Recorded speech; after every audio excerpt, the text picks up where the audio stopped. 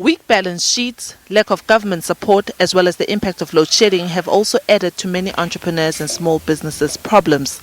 It is therefore surprising that the draft economic recovery plan makes no mention of support for SMEs.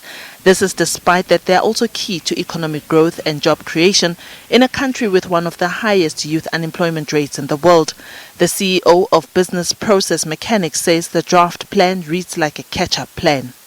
In one part, it reads like something that looks like more of a catch-up plan as opposed to a recovery plan. And then the second part that I noticed, or the second thing that I noticed from it, is that it is very much going to force government to be chasing us around regulation from a business point of view.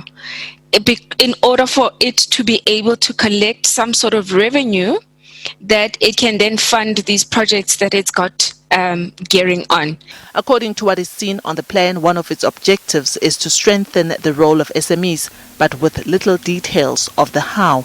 Mariki Mane says heavy compliance regulations have impacted on entrepreneurs. The compliance element of doing business in South Africa has killed in part the passion of even doing business, because some people are so heavily burdened by the VAT portion of having to do business that they actually can't proceed anymore, because whatever they're doing is going to be, heavily hit with the VAT, or they will be owing so much with the VAT. So those kind of means of actually collecting revenue by the government is really going to be quite a strain. Indonesia's economic recovery plan prioritized interest subsidies for SMEs, assisting them with immediate cash flow needs ranging from 2 to 6%. Government provides funding to commercial banks who provide working capital for SMEs. Dr. Mampele Rampele says this is the time to invest in innovative solutions in the small business sector. Create wonderful opportunities for young entrepreneurs to bring into our economic system the kind of nimbleness, the kind of bottom-up, community-based development that will bring people who are living on the periphery of our cities, the so-called informal sector, which is actually the major sector of our economy, the major sector that is keeping people alive. That sector needs to be invested in, it needs to be encouraged.